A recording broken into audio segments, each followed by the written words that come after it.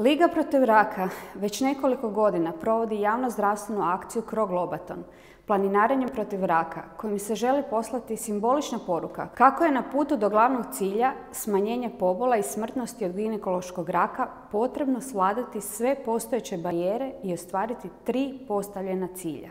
Uspješno implementirati i povećati odaziv na nacionalni program ranog otkrivanja raka vrata maternice te program probira na HPV uz poticanje odlaska na redovite ginekološke preglede i PAPA test.